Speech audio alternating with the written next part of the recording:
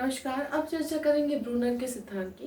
Brunner के सिद्धांत की कुछ सिमिलरिटीज आपके पियाजे से मिलती है, क्योंकि अपने सिद्धांत का प्रतिपादन करने से पूर्व इन्होंने पियाजे के सिद्धांत का बहुत ही गहनता से अध्ययन किया था।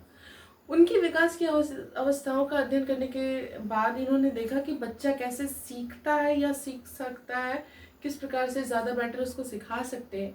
तो इन्होंने 3 अवस्थाओं में इसको बांटा। पहला है आपका क्रियात्मक अवस्था, इसको सक्रिय अवस्था भी कहते हैं या इनएक्टिव स्टेज। दूसरा है दृश्य प्रतिमा या प्रतिष्ठित अवस्था, इसको आप आइकॉनिक स्टेज कहते हैं। तीसरा आपका है प्रतीकात्मक अवस्था, इसको सिम्बॉलिक आपका स्टेज कहा जाता है। पहली अवस्था में बच्चे को जैसे आपको एक या दो गिनती दिखानी है, तो आप उसको मूर्त चीजें दिखाइए, जैसे कंचे दिखाइए दो या माचिस की डिब्बी दिखाइए।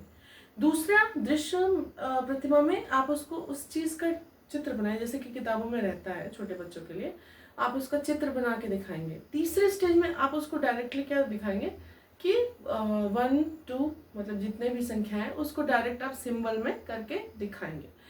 अगर इनकी बात की जाए तो अलग अलग जगह पे इसका अलग अलग ईयर स्टेज पाया गया है, लेकिन 0 से 3, 3 से 8, 8 से हमेशा के लिए कहीं पे देखा जाएगा, या कहेंगे इसको 18 माह तक है और ये 24 माह तक है, या फिर ये 7 ईयर और उसके ऊपर है।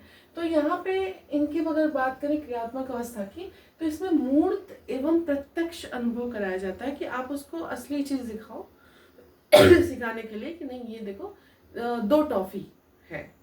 फिर दूसरे में आप क्या करते हो, आप उसको प्रत्यक्षीकरण करते हो, और प्रत्यक्षीकरण का जो ये सिस्टम है इसमें आप उसको 2 टॉफी का चित्र बना के दिखाते हो, उसको दृश्य दिखाते हो या ग्राफ दिखाते हो, चित्र दिखाते हो। तो ये अगर होता है तो आपका दूसरा स्टेज है। तीसरे स्टेज में आप उसको डायरेक्टली टूथ सिंबल दिखाते हो, मतलब इसमें संकेतात्मक या जो मूल अवधारणा है या तर्क कारण या अमूर्त विचार है उसको हम दिखाते हैं। तो ये इनकी 3 स्टेजेस हुई, लेकिन यही 3 स्टेजेस तक इनका सिद्धांत नहीं है। इनका सिद्धांत एक पूरी प्रक्रिया है सीखने की। तो जब बच्चा संज्ञानात्मक विकास मॉडल के अनुरूप सीख लेता है तो उसके बाद उसकी स्कैफोल्डिंग की जाती है, क्योंकि ये इन्होंने बाद में पियाजे के बाद इन्होंने सिद्धांत दिया था और उसमें भी इन्होंने भी स्कैफोल्डिंग की बात कही।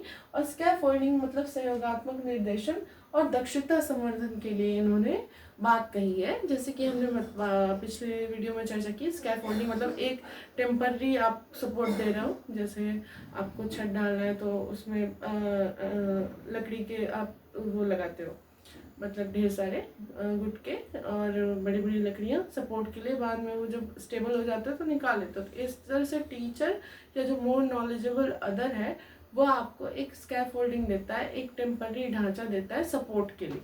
तो यहाँ पे उससे क्या होता है, आपकी दक्षता जो है यहाँ पे सीखा है, अब आपने सीख लिया, अब हम उसका संवर्धन करते हैं। तो संवर्धन करने के लिए स्कैफोल्डिंग की बात कही। उसके बाद इन्होंने तीसरा स्टेज जो देगा इसमें खोजपूर्ण अधिगम या अन्वेषण, इन ये पूछा भी गया क्वेश्चन कि अन्वेषण अधिगम या खोजपूर्ण अधिगम किसने दिया, तो वो ब्रूनर ने दिया है। तो इसमें खोज एवं समस्या समाधान से जो सीखता है, मतलब आप उसको डिस्कवरी लर्निंग कहेंगे, प्रॉब्लम सॉल्विंग कहेंगे, मतलब समस्या को समाधान करता है, उसको कोई प्रॉब्लम दी गई उसको वो खुद ही सॉल्व करता है और अपनी लर्निंग को और स्टेबल बनाता है। इसके बाद यहाँ पे लास्ट आपका टर्म जो इन्होंने दिया वो सर्पिल पाठ्यचर्या या स्पाइरल करिकुलम की बात की।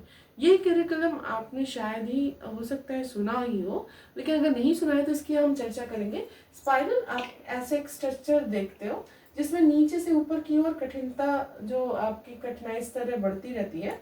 ये जहाँ पे आपका घुमावदार है ये परिवर्त्य नवीन ज्ञान है, हम उसको क्या करते हैं रिविजिट करते रहते हैं। नीचे से आएंगे, उसको नवीन ज्ञान दिया, उसका दोहराव किया और उस चीज को क्या की, उसकी मास्टरी कराई। तो ये आपका पूरा क्या है, आपका ये स्पाइरल आपका सिस्टम है करिकुलम का, जिसमें आप नवीन ज्ञान से चलते हुए क्या करते हैं, फिर उसका दोहराव करते करते जब तक उसमें मास्टरी नहीं हो जाती तब तक आप उसको करते रहते हैं। तो उसमें आप अपने हिसाब से मॉडिफिकेशन करेंगे, आप डिस्कवरी लर्निंग करवाएंगे, स्कैफोल्डिंग देंगे, तो ये आपका पूरा सिस्टम चलता रहता है। अब इनके जो मुख्य बिंदु है, तो इन्होंने बताया कि विकास जो है एक जब वो जो बच्चा सीखता है या जो उसका विकास है वो एक सतत आपकी प्रक्रिया है, न कि चरणबद्ध है, मतलब वो लगातार चलती रहती। दूसरी बात इन्होंने परिपक्वता की बात कही। बच्चा परिपक्वता से, पूर्व अनुभव से और जो अपना जो उसका स्व मूल्यांकन है उससे वो सीखता रहता है। और यहाँ पे इन्होंने अंतर्दर्शी चिंतन पे ज़्यादा बल दिया, जैसे कि अंतर्दर्शी और बहिर्दर्शी चिंतन की बात कही गई थी, तो इन्होंने अंतर्दर्शी चिंतन पे ज़्यादा बल। अब देखिए बच्चा खुद ही स्वयं से ही वो अलग अलग टाइप से अंतर्दर्शी चिंतन करके यहाँ पे सीख रहा है। इन्होंने प्रशिक्षण की भी बात कही और व्यक्तिगत एवं सामाजिक गुणों का भी इसमें समावेश किया। ऐसा नहीं कि इन्होंने अगर ये नहीं करते तो स्कैफोल्डिंग की बात कैसे करते, तो ये एक सामाजिक आपका टर्म भी है। और इन नियोजन, क्रियान्वयन और मूल्यांकन के थ्रू इन्होंने सर्पिल जो पाठ्यचर्या है, स्पाइरल पाठ्यचर्या, उसको भी यहाँ पे डेवलप करने की बात कही। और इन्होंने कहा कि भाषा विकास जो है वो आपका संवेगात्मक संज्ञानात्मक विकास है, उसका एक महत्वपूर्ण कारक है, न कि परिणाम है। जैसा कि पियाजे ने कहा था कि उसका परिणाम है, यहाँ पे एक वो महत्वपूर्ण कारक होता है। और ज्ञान की बात कही इन्होंने कि ज्ञान को स्वयं से खोज कर ही सीखना चाहिए, जो यहाँ पे अन्वेषण या खोजपूर्ण अधिगम की बात कही। इन्होंने बोला कि जो भी सीखता है बच्चा उसमें व्यक्तिगत एवं सामाजिक संबद्धता भी रहती है, और साथ ही पुनर्बलन और दंड पुरस्कार की भी इन्होंने बात की। तो इनका एक सिद्धांत बहुत ही अच्छा सिद्धांत माना जा सकता है। और क्योंकि इन्होंने जैसे कि होता है ना कि मॉडिफिकेशन किया, किसी के सिद्धांत को अध्ययन किया, उसके बाद उसमें और मॉडिफाई करके कुछ नए टर्म जोड़े, कुछ इनकी सिमिलरिटीज़ हैं पियाजे से, कुछ उनमें विभिन्नता भी है। तो कुल मिला जुला के एक अच्छा अधिगम का सिद्धांत का मॉडल ब्रूनर ने दिया।